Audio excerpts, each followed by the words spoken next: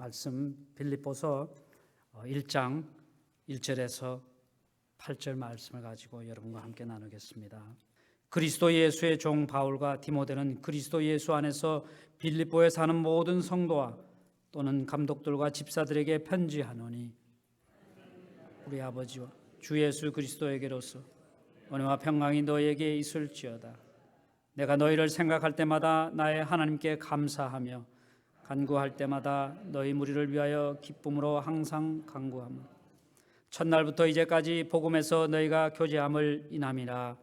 너희 속에 착한 일을 시작하신 이가 그리스도 예수의 날까지 이루실 줄을 우리가 확신하노라. 내가 너희 무리를 위하여 이와 같이 생각하는 것이 마땅하니 이는 너희가 내 마음에 있음이요 나의 매임과 복음을 변명함과 확정함에 너희가 다 나와 함께 은혜에 참여한 자가 됨이라. 내가 예수 그리스도의 심장으로 너희 무리를 어떻게 사모하는지 하나님이 내 증인이시니라. 아멘. 여러분 에베소서를 끝내고 그 다음 책 빌립보서를 여러분과 함께 이렇게 공부할 수 있는 것이 참 하나님의 은혜입니다. 그동안 에베소서를 공부하면서 긴 시간이었지만 여러분 인내하시면서 잘 마칠 수 있게 된 걸 하나님께 감사합니다. 또 여러분께 감사합니다.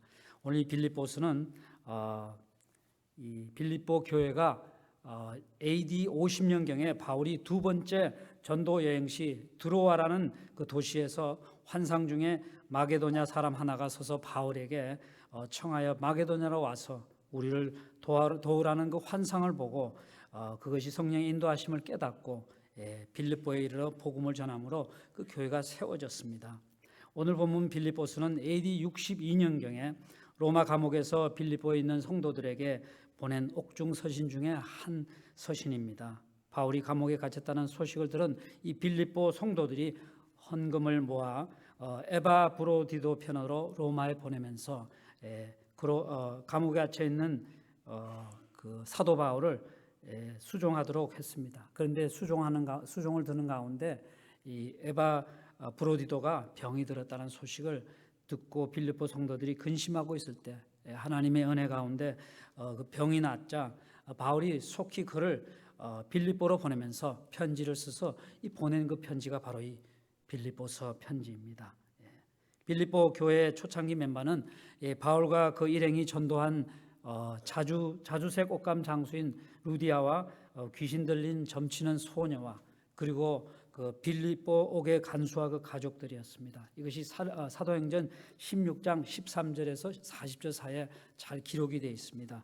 비록 적은 수로 시작한 교회였지만 열심으로 주를 섬기며 성도들 간에 사랑하며 희생하며 봉사하였고 그리고 사도 바울과 매우 친밀한 이런 관계를 맺고 있고 또 유지하고 있었습니다. 그리고 자신들이 매우 빌립보의 성도들이 매우 이 궁핍한 가운데서도 그 감옥에 갇혀 있는 사도 바울을 생각해서 헌금을 모아서 사도 바울에게 몇 번 이렇게 보냈다고 합니다. 그리고 여기 3절 4절을 우리가 보면은 빌립보 교회 남다른 사도 바울이 빌립보 교회에 특히 관심을 쏟아내는 것을 우리가 볼 수 있습니다. 또 바울은 빌립보 교인들을 생각할 때마다 하나님께 감사했다고 합니다. 그리고 또 하나님께 기도할 때마다 빌립보 교인들을 위해 기쁨으로 간구했다고 합니다. 여러분 과연 이 감사가 왜 감사의 기도를 했는지 그리고 기도할 때마다 왜 기쁨으로 간구했는지 그 이유가 5절에 설명되고 있습니다. 여러분 5절 함께 다시 읽겠습니다. 첫날부터 이제까지 복음에서 너희가 교제함을 인함이라. 그것은 빌립보 교인들이 처음 예수를 믿기 시작할 그때부터 그리고 사도 바울이 이 빌립보서를 쓰고 있는 그때까지 변함없이 그 하나님의 말씀 안에서 사도 바울의 동력자가 되어 사도 바울이 복음을 전하는 일에 물질과 기도로 참여했을 뿐만 아니라 바울이 로마 감옥에 투옥된 소식을 듣고 에바브로디도를 로마로 보내어 바울 곁에서 수종하도록 하게 한 빌립보 교인들의 그 아름다운 그 사랑을 생각하면서 하나님께 감사했다는 것입니다.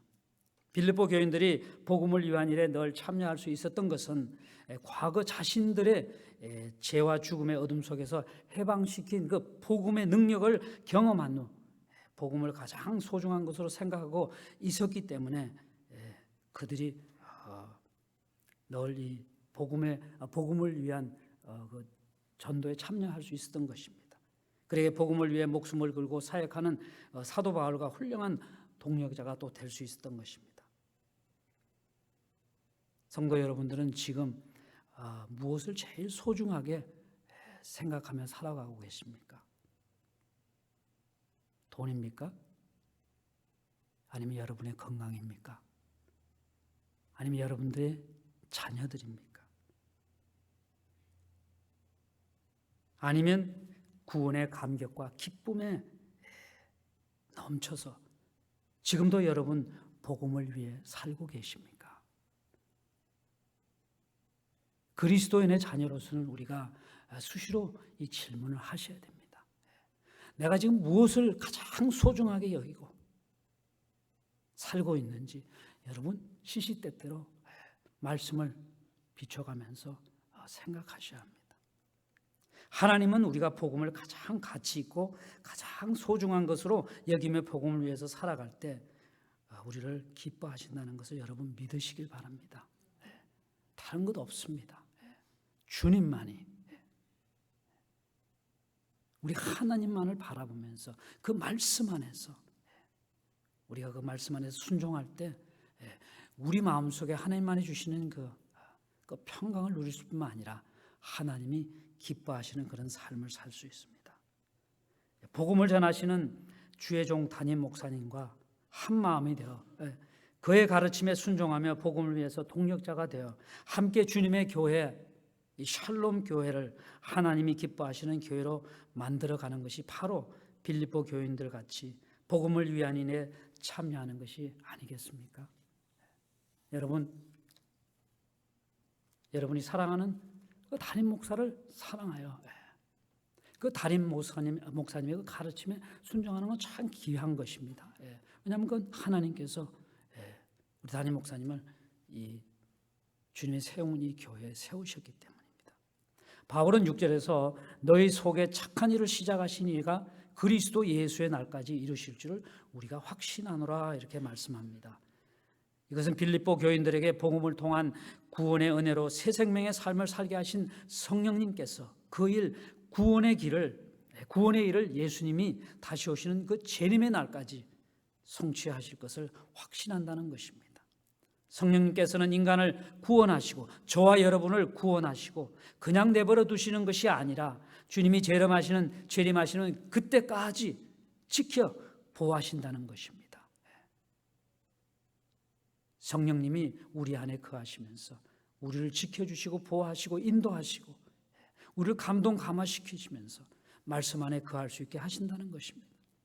7절에 내가 너희 무리를 위하여 이와 같이 생각하는 것이 마땅하니 이는 너희가 내 마음에 있음이며 나의 매임과 복음을 변명함과 확정함 너희가 다 나와 함께 은혜에 참여한 자가 됨이라.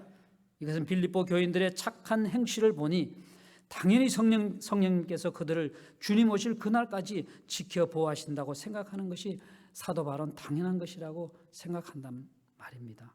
이는 왜냐하면 사도 바울에게 빌립보 교인들은 자신의 수고로 낳은 영적 자녀입니다.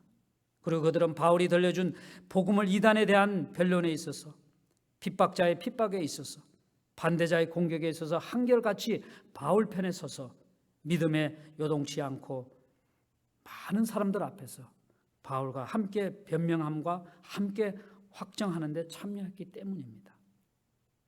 그리고 그들이 다 바울과 함께 은혜에 참여한 자가 됨이라. 이 말은 바울이 어려움을 당할 때 바울을 배신하지 않고 오히려 위로해주고 기도해주며 바울이 필요로 하는 것을 챙겨주므로 바울의 마음에 기쁨을 준 일을 말하고 있습니다. 그리고 은혜에 함께 참여했다는 말은 바울이 복음을 위해 받는 고난을 자신들이 받는 것으로 알고 바울을 더욱 사랑했다는 뜻입니다. 그들은 자신들이 당한 일을 바울이 당할 일을 당할 일을 바울이 당한다고 생각하면서 안타까운 마음으로 바울의 고난에 마음으로 동참하고 위로해 주었던 것입니다. 과연 우리는 주님께서 나를 위해서 십자가에 못 박혀 돌아가신 그 고난을 생각하고 있는지요? 만약 여러분 그걸 생각하고 있다면 지금 이 시간 오늘 이 하루를 통해서 여러분은 어떻게 삶을 살고자 합니까? 여러분 그런 거 생각해 보셨습니까? 하나님께서 아침에 깨워주셨을 때 내가 오늘 이 하루를 살면서 어떻게 살 수 있을까? 여러분 한번 생각해 보셨습니까? 8절에 내가 예수 그리스도의 심장으로 너희 무리를 어떻게 사모하는지 하나님이 내 증인이시리라 이렇게 말씀하고 있는데, 이렇게 표현할 정도로 빌립보 교인들을 진심으로 깊이 사랑하고 있다는 것입니다. 바울의 사랑은 입으로 사랑하는 것이 아니라 바울의 뜨거운 그 심장으로 사랑한 것입니다. 그리스도의 심장이라면 예수님이 인간을 너무 사랑해서 자기 몸을 내어주시기까지 하신 그 사랑으로 그들을 사랑했다고 고백하는 것입니다. 더 나아가서 그러한 자기의 사랑을 증명하기 위해 인간의 마음을 감찰하시는 하나님을 증인으로 내세울 정도로 빌립보 교인들에 대한 그 사랑이 얼마나 진실했다는 것을 우리는 알게 됩니다. 바울의 심장은 그리스도의 심장을 심어놓은 사랑의 심장이었습니다. 바울은 자기의 어떤 처지에 있었든 자기를 버리지 아니하고 고난에도 함께 참여해주고 복음의 투쟁에도 함께 참여해주고 매이는 자리에서 함께 참여해준 그 빌립보 교회 교인들의 사랑을 잊을 수 없었던 것입니다. 여러분 주님의 사랑 기억하시지 않습니까? 지금도 우리가 어떤 상황에 있든지 하나님께서 우리 저버리지 않으시고 우리를 붙들어 주시고 있다는 것, 얼마나 감사한지요. 여러분 그 하나님의 사랑을 수시로 생각하고 있는지요. 지금도 여러분 그 구원의 감격에 찬 마음으로 기쁘게 하나님께 찬양하며 하나님께 영광 돌리는 그런 삶을 살고 계십니까? 여러분 그렇게 사셔야 됩니다. 여러분 신앙생활 하신 지 얼마나 되십니까? 1년 되셨습니까? 20년 되셨습니까? 여러분 그 하나님, 나를 버리지 않는 그 하나님을 여러분 붙드셔야 합니다. 거길 밖에 없습니다.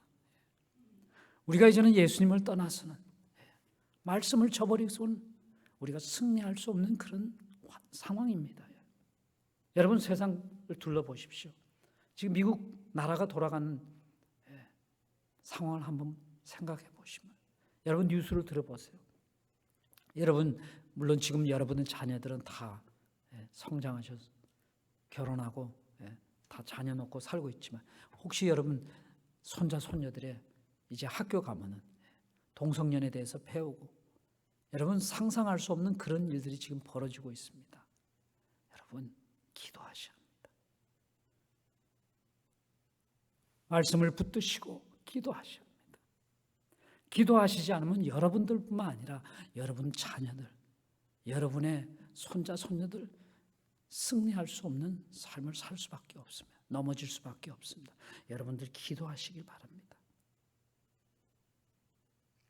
저와 여러분은 복음의 능력으로 죄와 죽음에서 해방된 하나님의 자녀들입니다. 여러분 그거 믿으십니까? 복음의 능력으로 구원해 주신 하나님께 우린 감사하며 구원의 기쁨으로 복음을 위해 살아가는 저와 여러분이 다 되시기를 주님의 이름으로 축원합니다. 여러분 오늘 이 말씀 붙들고 우리 함께 기도하시겠습니다.